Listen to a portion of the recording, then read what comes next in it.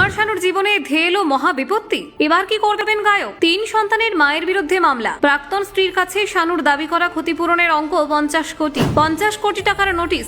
শানুর মামলায় চমকে উঠলেন প্রাক্তন স্ত্রী রীতা। 30 লক্ষ নয়, দাবি একেবারে 50 কোটি। কুমার শানুর বিরুদ্ধে পাল্টা বিস্ফোরণ রীতা। অন্তঃসত্ত্বা অবস্থায় উঠল অত্যাচারের অভিযোগ। এবার আদালতের মুখোমুখি শানু রীতা। 3 সন্তানের মায়ের বিরুদ্ধেই মামলা। কুমার শানুর বিরুদ্ধে ক্ষোভ উগড়ে দিলেন রীতা। বিবাহ বহির্ভূত সম্পর্কের অভিযোগে ফের সামনে শানু রীতা মামলায় এলো নতুন মোড়। 50 কোটি টাকার ক্ষতিপূরণ। আইনি নোটিশ পেয়ে হতবাক কুমার শানুর প্রাক্তন স্ত্রী। দেখুন ঠিক কি ঘটে। যারা এখনো আমাদের চ্যানেলটি সাবস্ক্রাইব করেননি তারা অবশ্যই আমাদের চ্যানেলটি সাবস্ক্রাইব করুন। আর যারা ভিডিওটি ফেসবুক থেকে দেখছেন তারা অবশ্যই একটা লাইক করে ভিডিওটি টাইমলাইনে শেয়ার করে দিন। আর হ্যাঁ, ফলো করতে ভুলবেন না। বলিউডের জনপ্রিয় গায়ক কুমার শানু তার প্রাক্তন স্ত্রী রীতা ভট্টাচার্যের সম্পর্কে টানাপোড়েন ফের একবার প্রকাশ্যে এসেছে।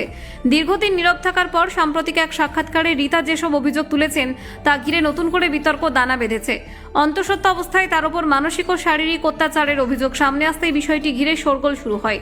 রীতার এই সাক্ষাৎকারের পর কুমার শানুর তরফ থেকে মানহানির মামলা দায়ের করা হয়েছে।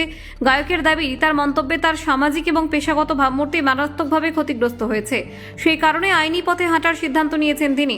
মামলায় 30 লক্ষ টাকার ক্ষতিপূরণ দাবি করা হয়েছে বলে জানা যায়। 17 ডিসেম্বর এই মামলার শুনানির দিন আদালতে শানুর পক্ষ থেকে ক্ষতিপূরণের অঙ্ক উল্লেখ করা হয়। কিন্তু এই অঙ্ক নিয়ে নতুন বিতর্ক তৈরি হয়েছে। কারণ রীতা সংবাদ মাধ্যমকে জানিয়েছেন, আদালতে যে পরিমাণ অর্থের কথা বলা হয়েছে প্রকৃত দাবি তার থেকে অনেক বেশি। রীতার দাবি অনুযায়ী তার কাছে যে আইনি নোটিশ পাঠানো হয়েছে সেখানে ক্ষতিপূরণ হিসেবে 50 কোটি টাকা দাবি করা হয়েছে। এই অঙ্ক শুনে তিনি হতবাক হয়ে গিয়েছেন বলে জানান। তার কথায় কিভাবে ধরে নেওয়া হচ্ছে তার কাছে এত টাকা রয়েছে তা তিনি বুঝতেই পারছেন না। এক সাক্ষাৎকারে রীতা বলেন, এই গোটা বিষয়টি অত্যন্ত দুঃখজনক। তিনি বিস্মিত যে কুমার শানু নিজের 3 সন্তানের মায়ের বিরুদ্ধে এই ধরনের মামলা করেছেন। তার মতে এই আইনি লড়াই শুধু সম্পর্কের তিক্ততাই বাড়াবে, কোনো সমস্যার সমাধান করবে না। রীতা আরও জানান, আদালতে শানুর সঙ্গে তার দেখা হবে এবং সেদিন তিনি প্রাক্তন স্বামীকে একজন ভালো মানুষ হওয়ার অনুরোধ জানাবেন। সন্তানদের কথা ভেবেই এই অনুরোধ করবেন বলে জানান তিনি। রীতার মতে সম্পর্ক আর আগের জায়গায় ফিরবে না। তিনি অন্তত শান্তিতে বাঁচার অধিকার থাকা উচিত। তিনি স্পষ্ট করে বলেন, তাদের একে অপরকে ভালোবাসতে হবে না, শুধু যেন তাকে আর হেনস্থা বা বিরক্ত করা না হয়। এইটুকুই তার একমাত্র দাবি।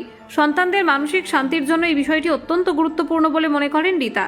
এই বিতর্ক নতুন নয়। এর আগেও কুমার শানুর ব্যক্তিগত জীবন নিয়ে নানান অভিযোগ সামনে এসেছে। কুমার শানু এবং রীতা ভট্টাচার্যের এই আইনি লড়াই কোন দিকে মোড় নেয় সেটাই এখন দেখার।